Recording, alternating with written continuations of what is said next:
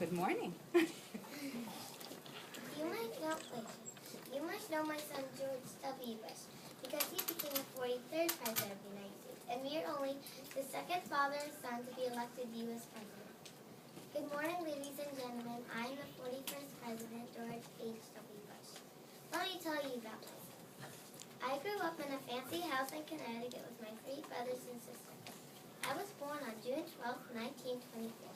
My nickname as a little boy was Half-Half because I always gave half of everything to my brothers and sisters. I went to great schools as a child and was an excellent athlete. I was getting ready to go to college, but Japan bombed Pearl Harbor, so at 18, I went to flight training school. I became the youngest pilot in the U.S. Navy. When I came home, I married Barbara and finally went to Yale University. Whoops. We graduated in 1948 with a degree in economics. My long record in politics and government included 8 years as Ronald Reagan's vice president, who became the 40th president in 1980. I became the first vice president since Martin Van Buren to be elected directly to the presidency. For my political career, I ran for the Senate in 1964 but lost. But the next time I ran for office in 1966, I won a seat in the U.S. House of Representatives from the 7th District of Texas. I served 2 terms. After another unsuccessful try to run for Senate, I was named by President Nixon to be U.S. Ambassador to the United Nations.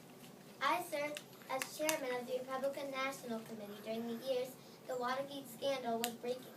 After years U.S. envoy to China, I was called home to head the Central Intelligence Agency, CIA, during difficult times.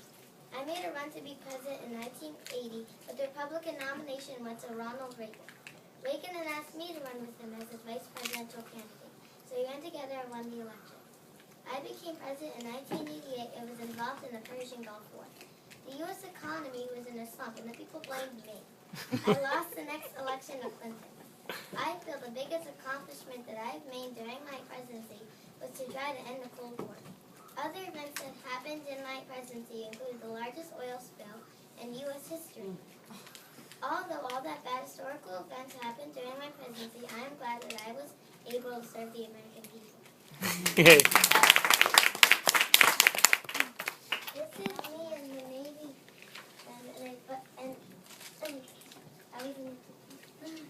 and this is a Washington Monument, and this is when I traveled to the Middle East to show the support for U.S. troops. And this is me and Barbara at one of those 9 and Angel balls. This is me and Dan Quayle and this is me, Vice President Dan Quayle, and this is me. And Vice President Dan Quayle. And during the Watergate scandal, but I remain supportive of President Nixon. Yay.